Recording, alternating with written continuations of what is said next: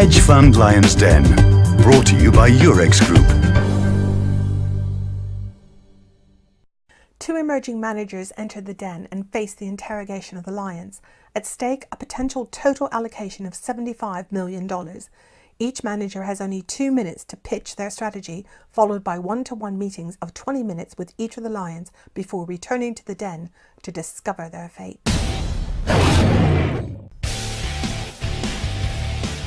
Now it's time to meet the players.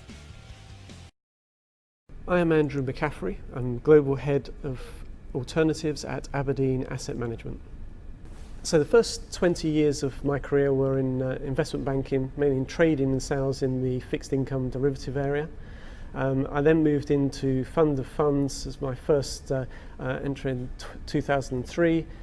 Following on from that activity both at Aberdeen and then at Bluecrest, in actually managing money in fixed income and multi-asset related strategies, and then to Aberdeen where we've set up the alternatives division that I now run. My name is Natasha Reeve-Gray. I'm a principal and founder of Altis Partners. I have a nearly 20-year career in managed futures, ranging from brokerage, trading, through to now being a principal and founder obviously of Altis and running the strategic direction of the firm and the business development. You can punch in essence way above your weight if you are very well organised, very well presented. By that I mean materials, the way you present yourself, your messaging, being very clear about what you do.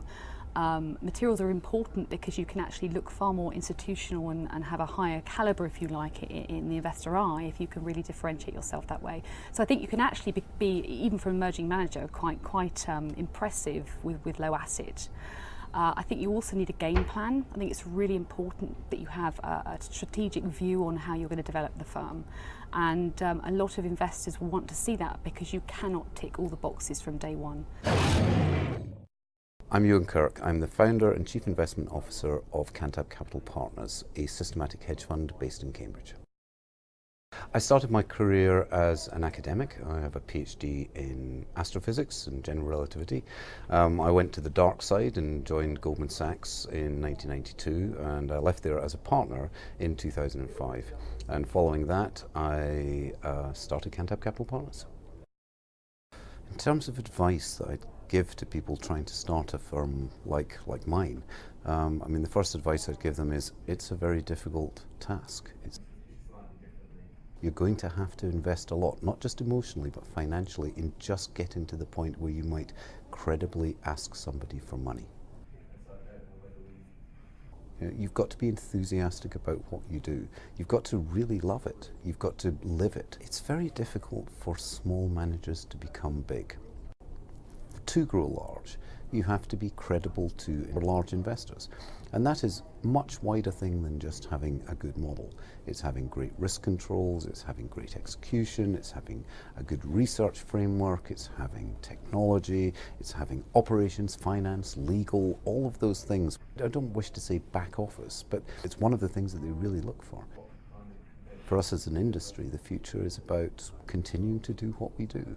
Invest in research, technology, build the best strategies we can, build the best risk management tools we can, and build the best alpha sources that we can. I work with smart, bright, creative people every single day. And in addition, there are lots of very hard problems. And to some extent, my career has been about solving hard problems, sometimes failing to solve them, sometimes solving them, but just thinking about hard problems. And I get to think about hard problems every single day, and that's an absolute joy. I am Richard Edwards, founder and principal of HED Capital. I studied mathematics and law at Cambridge and then ended up working in financial markets after a brief period in civil engineering. I left the financial industry to start HED just after the end of the Cold War to take advantage of the shifts that I could see coming globally at that time. And my particular interest, and the company's focus now, is on crowd behavior. Crowd behavior, we think, holds the clue to market movements. When we started this, we thought that there were two things that we could possibly do. One would be to analyze value in the way that Warren Buffett and so many other great investors have done. But the thing that we thought that we were best at was looking at crowd behavior, because it's crowds that move markets. I'm Patrick Boyle, a founding partner of Palomar Capital Management, a UK-based CTA. I've been working for 16 years in the asset management industry. I started out my hedge fund career working for Victor ᴰrＳōᴅᴇr. I moved on to work for large hedge funds like Millennium for ᴰᴜⴅ I worked at large banks like RBS and Nomura, and roughly 2 years ago launched Palomar Fund. I started a hedge fund because I had worked for years in this industry alongside numerous other traders trading different strategies, and realized that my style of trading was totally uncorrelated with a lot of the other strategies that I saw. My trading philosophy is to analyze data using scientific principles in order to try to understand how markets move and to try and find behavioral influences within markets. I really just want to build a good business with happy employees, with happy customers, and I want to achieve the kind of returns profile that I think is attractive to investors and that's not available elsewhere in the marketplace. One of the greatest challenges was just even working out what it was that, how to structure a fund, what partners to deal with, which brokers you wanted to deal with, which administrator, which auditor. I hope in a year's time to have a great track record, to be able to pitch, and also to have the right institutional infrastructure in place such that these investors are happy to invest with us. It's exciting to me to sit down and do research and learn more about how markets work and to improve what I do. And so that's what drives me, and that's what makes me interested in my job every day.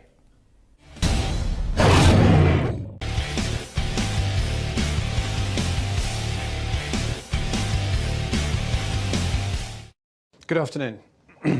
20 years ago, feedback was a hot topic in market circles, as people thought it might offer some explanation as to why some market trends become self-sustaining, which is of course the big question.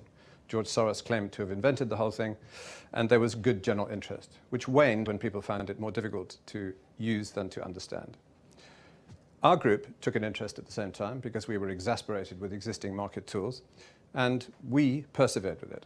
And after many years of work and a little bit of luck, we came up with several different ways, using those techniques, to predict what might happen to market prices, mostly by measuring mood, as explained in our videos.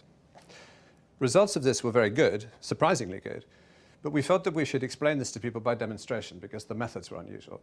In May last year, we broadened our focus to add and increase the number of trades from all markets. And that program, which with adding in some trading rules and some risk management rules as well, which we felt were necessary. And that program has returned 23% with small losses along the way, and that's the one that we now invite fresh investors into. This whole process has been open, so our entries and exits have all been publicly posted. Both of the track records, the 7-year S&P only track record and the shorter all markets track record, have come from, have built in real time from publicly posted trades, so there's been no backtesting whatsoever. So we've proved ourselves in the full glare of public view, and at some considerable cost. Foregone revenues and careers. So in order to build the business from now on, we feel that we have to manage money in a more conventional manner, just in order to capture the usual rewards for generating alpha. And so open source is a charming idea, but it's not a particularly good business model for hedge funds. So now we feel we must withdraw a little bit in order to work more and better for our investors and for ourselves. Thank you. Where would you categorize yourselves? I think that we're tactical and opportunistic, and very probably should be best categorized as a CTA, a commodity trading advisor, because all our trades are in futures. Our average holding period is about 15 days, so that would suit people who like that time frame. But it's not systematic in that sense. The exits are all systematized, and the entries are, I would say, 60% systematized. So it's a bit like pregnancy. You either are or you aren't. Well, except that we are, if you like, therefore a little bit pregnant. Our systems generate ideas, which then a human being scrutinizes and either rejects or accepts. Tell me a little bit about the risk management. You mentioned you put some rules around. So what does that consist of? The trading rules are mostly because we expanded our reach. So when we were concentrating on equity markets, because that's what our readers wanted, we pretty much always had a view. So there's so much information about the US stock market and European stock markets and so on, so many different data streams, instruments that we can analyze, that we were almost never lost for a view. And so a very simple set of risk management tools was perfect for that, was suitable for that, just stops, essentially. Broadening it out to commodities, currencies, and bonds, we've always followed those, but we increased the number of trades in those markets over the last year. We don't always get an exit. We don't always have a view. And so therefore we needed some help from rules. Mostly that was risk. So we calculate the position sizes based on the relative volatility of the market. More volatile, we take a smaller position. Less volatile, we take a slightly larger position. It's not linear. And then we place a stop according to the financial risk that we want to take on that trade. So the stop is always a financial constant, but a variable price distance away. What is it that you're really trying to appeal to, given that that is going to limit the number of investors who can consider you at this stage? I'm sure we won't appeal to everybody. In fact, we might even not appeal to that many people. But we offer performance. We offer relatively unvolatile performance. And what are the other people's appetite for this in your group? I mean, they're all focused on getting, you all want They're the same enthusiastic. thing. Thank you very much for taking the time to meet with me. My name is Patrick Boyle. I'm a co-founder of Palomar Capital Management, a quantitative hedge fund launched in 2012. Palomar's core investment philosophy is to build quantitative strategies around persistent and understandable market behaviors. Our goal is to provide clients with steady, low volatility returns that are uncorrelated to the markets we invest in, and equally that are not correlated to other hedge funds in our space. We have a track record going back to 2007 with returns of over 9% a year annualized. We have volatility lower than quarter of the S&P 500 with a sharp greater than 2. I have over 16 years of investment management experience. I have worked at large investment banks and hedge funds, and I started my hedge fund career working for Victor Niederhofer, a former partner of George Soros. My partner, Jesse, has over 9 years quantitative trading experience, 5 years of which was spent in the proprietary trading desk at Barclays Capital. We have invested over 80% of our net worth in the fund. We have attracted a global investor base of quantitative fund specialists. We're based in London and FCA regulated, and our fees are 1 in 10 for early investors, and that share class is open at the moment. And I would like to ask you to consider investing in our fund. Thank you. Can you just quickly run us through what exactly it is that you do trade in the portfolio, and also what are the other things that you are considering instrument-wise, market-wise, that you could add over time? At the moment, we trade equity index futures in Europe and in the United States. So we look to invest in the most liquid global futures contracts. We don't invest at all in emerging markets. The next move will be into fixed income contracts, things like the US Treasury bond and the Bund.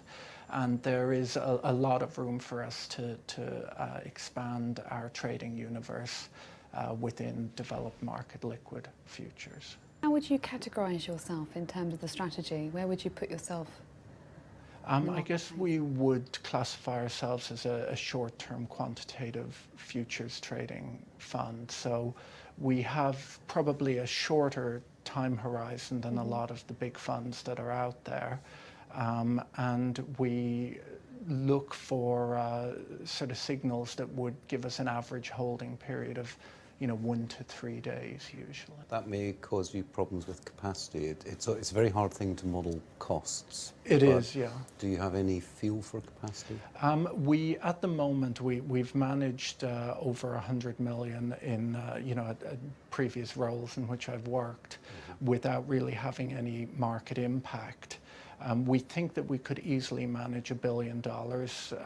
That would involve adding a few additional contracts, but we would be very small within the markets that we trade. Feels like you've sort of already got a successful hedge fund. What are the obstacles?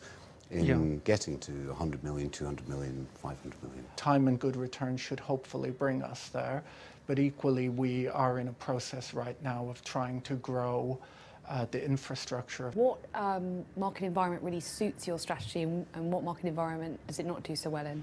We've tended to do quite well in most market environments.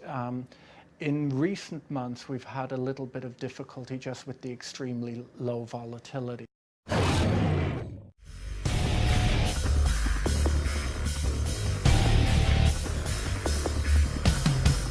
What we do. Nobody does exactly what we do. We have gone down an unexplored alley. And everyone says that. Well, maybe that they will say it, but in our case it's true.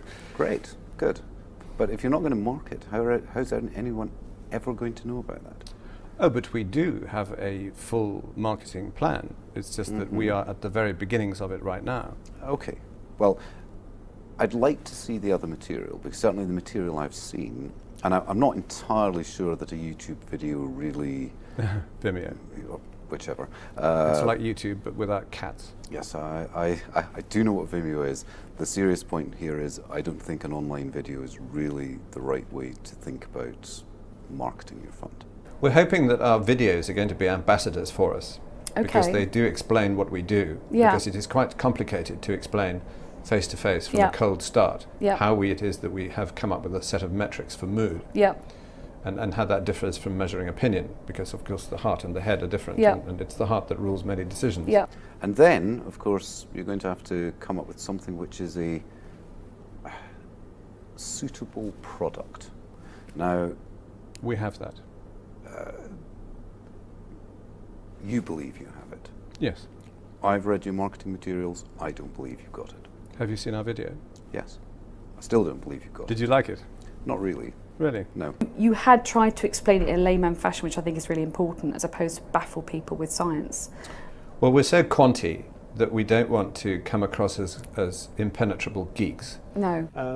The interesting part, hopefully, for you is and this is where I would try and draw out, is the degree to which return profile can be entirely diversified and uncorrelated to many of your peers, whoever those peers one would frame, but also to many of the categories that you might be put into.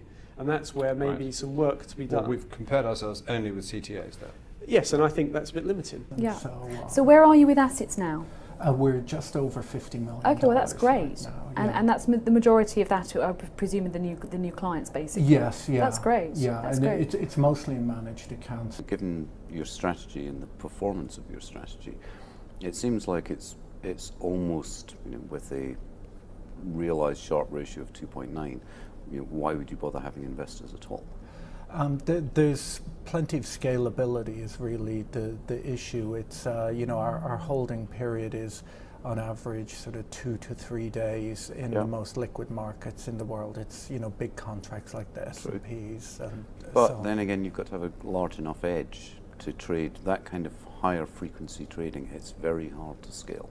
Yes, I think, well, we in our offering documents, we actually capped the size of the fund to start with. When I read it and listening to you discuss, if I'm honest, there's elements of DeMark all over this. I've never looked at anything DeMark has written. Fundamental analysis is always a little bit behind the curve. Technical analysis we distrusted because it doesn't give you the top, it doesn't give you the bottom, and often there's no middle. And so we thought the only two things that might work were value investing, which is too long term for my taste, and sentiment, that is the mood of the crowd, which actually moves the market through stimulating buying and selling. So we set out to measure the mood of the crowd, and that's why we lit upon Hurst experiments, because that mood trend is a very good proxy for mood. We started off giving an information document that was very much detailed and tried to explain everything in very layman speak, because of course you'll have the problem that when you describe a technique to some person, whether it's in the US or over here, they'll think it's another thing because one technique can be thought of in a different way. So that did us a lot of favours early on. So I think it's important to have a document that you can read, that you can also brand and make it look professional as well, because people will take notice. The trick is also really knowing who you're going in to see, that they're going to be receptive and it's the right thing for them. I think often we made the mistake in our past of perhaps just being so excited about what we were doing and knowing that it was great. That's us. That we didn't really listen, and we didn't sort of try and categorise who we were seeing effectively enough. So we were actually not wasting our time with the wrong people, if that makes any sense. When you get a failed meeting, you know, don't be afraid of going and asking. Yeah. They may not tell you. Well, I guess if they're not going to invest anyhow, you might as well ask them and why. ask them why. You know, it's important. And sometimes they won't know. Often it'll be because they have to go with the bigger player. Yeah. And they may not be able to tell you that. Yeah. But it's worth helping you really work out your message and how to position yourself. It's not just the investment risk, it's the manager risk. Yes. Yeah. And they want you to be around if they've chosen you in a portfolio to actually survive. Yeah. The only way people can shut my fund down is if they convince me to pull out of it. So. Yeah, well, that's good. That's a good line. Yeah. Use that often. What you don't have is a way of conveying that believably to other people. Ah, so you think it's a question of sales and marketing? Everything is a question of sales and marketing, Richard. You see, I'm a firm believer in the virtue of content. Well, there we go. As a business, we started out about 2 years ago, and our real goal was just to set it up, build a track record, and manage our own money. Right. And so we had a setup that you know, was in line with that. So we didn't overspend on huge office spaces, or you know, we decided to build everything in an appropriate manner. Now, was it difficult, I guess, transitioning from managing a small amount to a large amount of money? Because obviously staff would have to grow. Yeah, what was probably the most challenging was trying to hire the right people. Yes. Because we weren't experienced in sort of, that's not our forte. Our forte was running money and trading. So that was a live and learn process. I think spend an awful lot of time trying to figure out your culture. You are a professional risk taker. Yeah. But the one risk you haven't taken is to go out and hire 10 people. Yeah. And pay for them yourself. Yeah. Put your own money on the line and build a business. You're not going to be able to build it organically. Yeah. You know, we had approximately 15 employees for nearly 9 months, basically with no assets. And that costs a lot of money. Yes. Yeah. And unlike losses in the fund, that money comes straight out of your pocket. You're not getting it back if the firm fails. Yeah. Right? If your fund fails, you invest your net personal worth in your fund and it fails, it's probably failed because it's gone down by 20%, 30%. You've still got 70% of your money. Whatever you spend in starting when it goes the firm, in salaries. when it goes in salaries, it's gone out of the door. So, but you've got to take that risk. There's 5 people and you add someone who's not very good, you've got much more of a problem. Yeah, so. absolutely. And I think, you know, there are one person can make a massive difference, but they can also be a massive distraction. Yes. Yeah. So yeah, that's definitely. I mean, we didn't think too much about that in the early days. We just hired where we needed initially, but I think as we grew, we put more emphasis on that sort of area where we were more careful about, you know, personality and the mix and what we actually needed going forward and how that person might develop. Yeah. Because often the way you want to take them, they don't want to go. So how many people do you have working in your organisation? 4. Full-time? Yes. 4 full-time employees. Well, you know, as is often the case, that's probably too small to be sustainable as a hedge fund. Well, it's a question of cart before the horse, is it not? How do you pay for more people unless you have... You pay for them out of your own pocket. Yes. We are based here in Cambridge, the home of entrepreneurship, and people take out second mortgages on their house to start businesses, high-tech businesses, programming businesses, biotech businesses, to get themselves to the point that they might maybe get a bit of angel money or seed money or maybe even venture capital money. You've got to take a risk. Why would I invest in your fund as opposed to just getting the newsletter and making the trades myself? So that we could share in the benefits of our work. I don't want to share in the benefits of the work. All I want is the newsletter, and I will just make the investment. I'll just trade. Why would I not do that? You could do that. That would be part of the source of the alpha. But we've also configured a set of trading rules that fit and dovetail very well with the recommendations that we issue. And we don't make those public. Okay, so as somebody, the reason I'm probing on this is you can't run two businesses. Big investors want to know that you are all in on this. We are in a state of transition between one thing and another. We have been trialling this for many years, issuing firm recommendations, configuring trading rules and so on. And we are now ready to turn that from a pilot project into a proper fund management organization. Okay. However, our bread and butter, what pays the rent, is the publishing business. Well, and the same inputs go into both. You're going to have to give one up. You can't run a hedge fund as a hobby. If you put yourself sitting in the investor's seat, and I think it's one of the things I would suggest in you thinking through anything about strategy and building out is that you have to think about how is it going to be incorporated into an investor's portfolio. But in the main now, capital is being allocated by being able to identify on a number of other issues which we may be able to come on to. But when it comes down to how do you generate that performance and the sustainability of that performance, and is there sustainability through a repeatable process of an alpha? Organization is, I would say, a possible problem because we are clearly in the CTA box because we trade futures. But most people think that CTA also means systematized trader. There's still a human link in the chain. And we like that, by the way. It's possible we may go fully systematized at some time in the future, but I would be uncomfortable with it. However hard you work, and as the leader, entrepreneur, head person in a financial firm like a hedge fund, you do work incredibly hard. Yes, okay? yeah. And it consumes your life. Yes. And if it doesn't consume your life, you need to get another job, yeah. because you're doing the wrong thing. Yeah. So it consumes your life. You spend 18 hours a day, 7 days a week worrying about it and thinking about it, but it's still incredibly fascinating and satisfying. Yeah.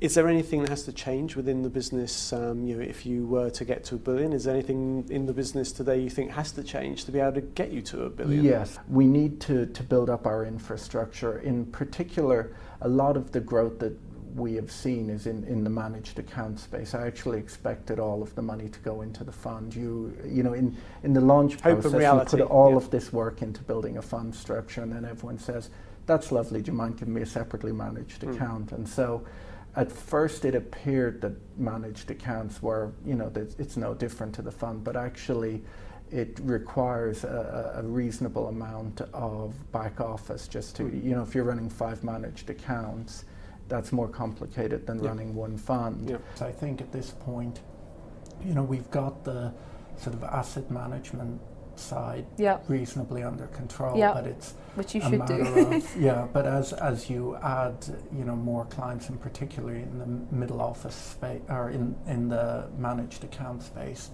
you find that you have more and more back office work to be done, and it's important to we aim to have no trade breaks and things like that for our clients, because I just don't think it's acceptable really to... No, but you've also got to remember there's a point at which, you can do all that in-house, but you have to recognise when to not do that in-house and outsource that. Oh, so you outsource? We do now. We didn't. We went the route of doing everything ourselves. We had proprietary technology. We had our own. Everything was built ourselves.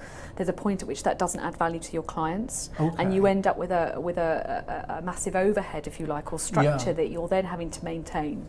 So it's also, the trick is finding out that sweet spot where you then look for that outsourced solution. There's a number of people that are critical.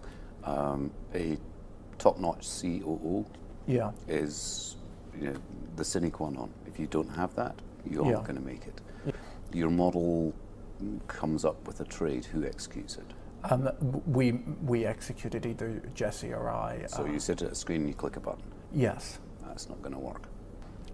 It has to appear like an institutional firm. Yes. Now, you don't have to go out and hire 100 PhDs. Yeah. Okay, there's no requirement to do that. I even agree that, once you build out in the manner in which you're describing, it liberates Jesse and I to concentrate almost 100% on research, which is our goal. Our goal is never to become a multi-strategy shop. It is to run our strategy as well as we can, and as you say, that involves having everything else taken care of in a very professional manner. What thing do you think is going to be the most challenging for you when you're in the next couple of years? Building it out, I think. Okay. We can easily manage, I don't know, $100 million, something like that. We're trading highly liquid futures markets. We don't use much leverage. There will be very limited market effect up to possibly $200 or $300 million. But the logistics start to become a task to accomplish. You've got to take a risk. As in fact I have already done. Well, you might have in order to get to where we are now. You're going to have to take a bigger risk. And well, I've just raised that second mortgage, actually. Okay, well, that's what. So we're doing that. That's what you're going to have to spend. Yes. What are you finding to be a challenge then in terms of actually raising assets, or are you literally just building your track and trying to build that out? We have been first? building it. We are ready to expand to a commercial level because it's sub-commercial at the moment, and getting there is hard because nobody wants to be. I mean, we don't need people to be the first in, but nobody wants to be the first big one in. No. And it's the chicken and egg story. It is. I think it is finding that first client, and probably more importantly, perhaps the first institutional client. Yes. Because people take a great stock in having that element within your business, or a client that's actually made that call. I think trying to go after that institutional client that would like the story, I think, and listen to you would be important. In reality, getting to be an institutional manager is a long, long way away. Yes, yeah. Somebody that can get rated by pension consultants. Yeah. That could be a serious contender for, a U.S. public pension. That's years and years and years away. Yeah. Okay, and that you really have to be larger. You have to have all of the infrastructure. You have to have lawyers and all of those other things going on. You shouldn't think of that as the goal, but what you're trying to do is get to get a percentage of the way there. Get a percentage of the way there. Be a solid investment. Yeah. So my advice would be, get rid of the feeling of slightly odd. Well, firstly, sort out your business, put all the money behind it, go all in on the hedge fund if you want it. Secondly, sort out your marketing so that it looks a little bit more conventional. And thirdly, I mean, I'm not suggesting that you change your investment style, but I think it's going to be a hard pitch. Despite the results. Yep.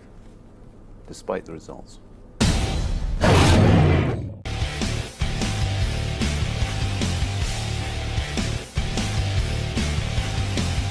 It would be useful to start with Richard and HED. That was an interesting presentation, which I'm most probably being polite. I think you're being very polite, yes. I think what came across, though, was sadly a level of pretension and not really conveying the strength of a message. And if I'm honest, that one of the things that struck me as really very important, if you're going to come with something that is new, you're going to try and put it in a category which is not existing categories, sort of somewhere in between, then you really need to get across what is the true differentiator within that then would make it valuable. I think it's very dangerous to arrive and say we are just so different from anybody else, we're so unique that we don't even present it in the way that you'd expect it to be. And it's not about being a nice person, but there has to be some relationship between an investor and the person they invest in. And I just really didn't get that at all.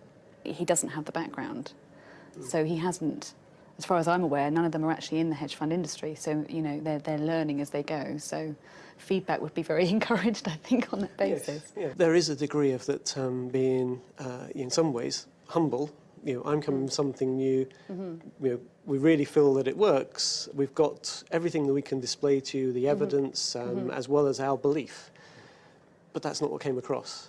The sort of blunting of that through the delivery, I thought was a very... Well, it overshadowed everything else, really, is what you're saying, yes. I think, in essence. They did get reasonable amount of facets, or they did start to add in these other products that they were talking about, because I really struggle to see how you do that with 4 people. I understand that you can have that mix of discretion and modelling, and to some extent everyone's a quantitative manager in that they do use some models or analysis. I was just concerned that I didn't really know quite what it was. What is actually going on? When you finally get down to it, I think it's, well, this sounds very pejorative, but it feels like Chartism. There's something that exists, Tom DeMark has created, which has similarities to, I think, the strategy. But there's nothing wrong with that. It's just be very clear about what it is, and therefore it can put you in a position that could be potentially of interest to a consultant or investor who's looking at other strategies that it could add some value to. But again, that didn't come across. No. The time frame from we started doing this 12 years ago and publishing a newsletter, presumably, to have then waited 12 years and then decide we'll start running money. Oh, and we haven't risked any of our own money on any of these trades. And it's the beauty of futures. It doesn't cost any money to, well, modulo. I'm just not quite sure what went on in the last 12 years. Well, if they're all scientists, though, I mean, that's the problem in itself, as you probably are aware, and that you need to have a variety of people in a business. I mean, maybe that's terrible what problem being a scientist. It's not a terrible problem being a scientist, Natasha. I work with many of them. Yes, I am one. Yeah, no, exactly. No, I carry on that. Yeah, I'll keep going, shall I? I'm enjoying myself. Do that stuff. No, I think it's a problem, though, when they're all maybe that's what's gone on. There's a lot of academic discussion and research, and because you become intrigued, don't you, with what's going on? I mean, that's a possibility. I mean, personally, I don't know about you. I really wouldn't touch this with somebody else's. You're about to say I'm out. No, I'm out. No, probably for copyright reasons, we're not allowed to do that. Have you seen the marketing materials? Now, I like reading marketing materials because it tells you something about the firm and the people. It honestly looks like it's been put together with a shovel. And if they can't sell themselves at all, then it's probably a dead end. Have you watched any of the videos out of interest? Oh, yes, I've watched the videos. Okay. Now, I know we live in a digital world, and I like digital stuff. Putting videos describing yourself on the internet just looks flaky. Well, maybe that's a good segue as well into Patrick, because what a difference. And the mood from this side of the fence was quite different too. Yes, it was. That, I could feel it as I sat here. There was someone who came across as being refreshingly straightforward, passionate about what they did. Just wanted to convey that you really should believe me, but actually, I really do love what I'm doing. That everything I've tried to put together is to make everyone feel comfortable, so you can focus on what I'm doing. It definitely came across as honest and likeable. Yes. Which sounds, I mean, I know this is a quantitative business, but it's a really important. And I also found, the marketing materials were also much clearer. Now, you didn't get a sense of the strategy necessarily, but you certainly got a sense that they'd thought through the business, thought through perhaps the roadmap. I think Patrick doesn't really need AUM in that sense. What he needs is mentoring and guidance. He's very enthusiastic, very personable. There's clearly a few little rough edges there, not because he's a difficult personality, but because he just doesn't know what to say. He hasn't been asked the right questions. He hasn't. But he's also not a marketeer or salesperson. He's definitely not. Yeah. But he's probably not a bad person to run a business. I like the fact that he and his partner are all in. They went back to alignment as just clear cut. Yeah. Fully aligned. They've been working hard on this. They must have, since he said they could run for a period of time. They've probably got a business plan. That thing that entrepreneurs do, a business plan. I'm surprised that they run at quite such a low volatility. That was the only thing I thought, is that given the potential Sharpe ratio on this, you could probably push it up a little bit more than 4% volatility. And maybe the problem has been is that the headline numbers aren't high enough because he runs at quite low volatility. I think he's probably a little bit blasé about capacity. As we know, capacity is actually a big issue, and it does get much harder to think about costs. But I like that he'd said that written into the documentation that was the cap. Yeah. Because at least that implies a hard limit, as opposed. I know people can always change their minds, but the point is it's a hard limit, and he states it quite honestly. Now, I don't actually believe that it would. I think you'd have issues with opinion, quite frankly. I think you would, yes. But I think as an investor into it, say up to 500 million, possible. He comes across as quite resilient to hard times. And I think that's sort of important. You figure that he will go through hard times, as we all do. But I think he'll be quite resilient to that, and will work it through, whatever needs to be done. It's quite difficult because I think if you step back and look at the strategies, how would you compare them? It might be a slightly different take if you removed the characters and just looked. But that's not the position. The risk is to the business, not necessarily the investment risk. I mean, certainly you've got to consider both, but that you want to invest in something that's going to be here in 5 years' time.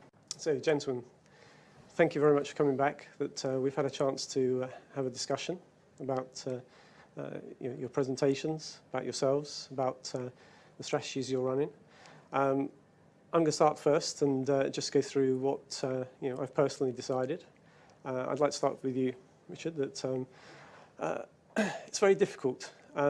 I do like elements of the strategy. I do find it interesting. I don't think you did it full justice today. I'm afraid that it didn't come through in terms of the presentation or the answers of what could be quite unique and quite interesting about the elements of what's embedded in the strategy. I don't feel you did yourself justice today. And that has influenced a great deal on thinking about whether to allocate to you. I do have that grudging interest in the strategy, and I would like to see through the next year whether some of the elements underpinning it can work and do work. I'm going to award you $1 million. Hopefully, see that the way in which you take that strategy forward and present it can improve. Thank you. So Patrick, one of the things that stood out for you was the passion and the simplicity of your message, and I thought it was delivered extremely well. Gives a level of confidence that it's a business that can succeed as it is today, but also a strategy that I think is grounded on a very solid foundation. You may be, given the space you're in, need to think about having more confidence in your strategy and taking a bit more risk. Really came across as being very genuine, very clear, as I said, and something that I think from here we can believe has a future. And obviously, I wish you good luck with that. As a consequence, I'm going to award you $10 million. And be very keen to see how you progress through the course of the next year. So, thank you very much. $10 million to you. Glad I'm sat here and not stood there, actually. Okay, starting with you. I mean, you pretty much summed it up very well, I think. I think it's interesting. I think it sounds interesting, but I didn't really get a feel for it. I think it's tough in 2 minutes, and I think you haven't got the experience that perhaps Patrick has in the business in terms of actually presenting something to investors in the same way that you have. So I think that there's a distinction to be made there. For me, it's more about the business risk as opposed to the strategy risk when you're dealing with an emerging manager. So on that basis, actually, I would do exactly the same, and I'm going to give you $1 million. And do the same thing and monitor you and really want to see that you are thinking about the business and really the game plan and how you're going to actually message, because that's really something you have to get right. People make their minds up in the first 2 minutes. So, and it's a people business at the end of the day. Yeah, no, great. I really enjoyed it with you. You came across really genuinely honest, excited. I think, passionate is one word, but excited about what you're doing, which got us excited, because it's not necessarily a light the fire strategy in the sense it's completely out there. But it was something really, really lovely to just hear you present it in that way and understand that you've thought about the business and how you're going to go forward. So on that basis, I'm going to give you $5 million. Thank you. Thank you. Well, I'd also like to thank both of you for the presentations, 2 very different presentations. I'm going to start with Richard. I don't really think we hit it off terribly well. And part of that is maybe a presentational style issue, but I kind of felt like I was being thought of as a bit of an idiot. Now, you may think that, and of course I may indeed be a bit of an idiot, but it's not a great thing to do as somebody who's trying to run a business, to give that impression to anybody. You need every investment you can get. Although you have something which may indeed be unique, there are very few things that are new under the sun. So it is sort of important to remember that the people sitting on this side of the process have done this before and may have some input. I'm going to award you 0. And the reason for that is I can't imagine working with you. If I can't imagine working with you, then I really am not going to invest. So Patrick, I think we hit it off better. I loved your passion for what you did. I also loved a little bit of the slightly raw edges to your presentation. The challenges for you are mostly about building your business. But I think the difficulty for you is getting from where you are now into something which is sustainable and something which is investable by larger investors and more institutional investors. So on that basis, I'm going to award you $5 million. But on top of that, Patrick, I'd like to offer you some of my time to mentor and maybe give you some advice in how you grow the business. I've been in the same place that you are in, and some luck, some skill, but managed to get a little bit bigger. So if you'd like that help, I'd be more than happy to do that. Thank you very much.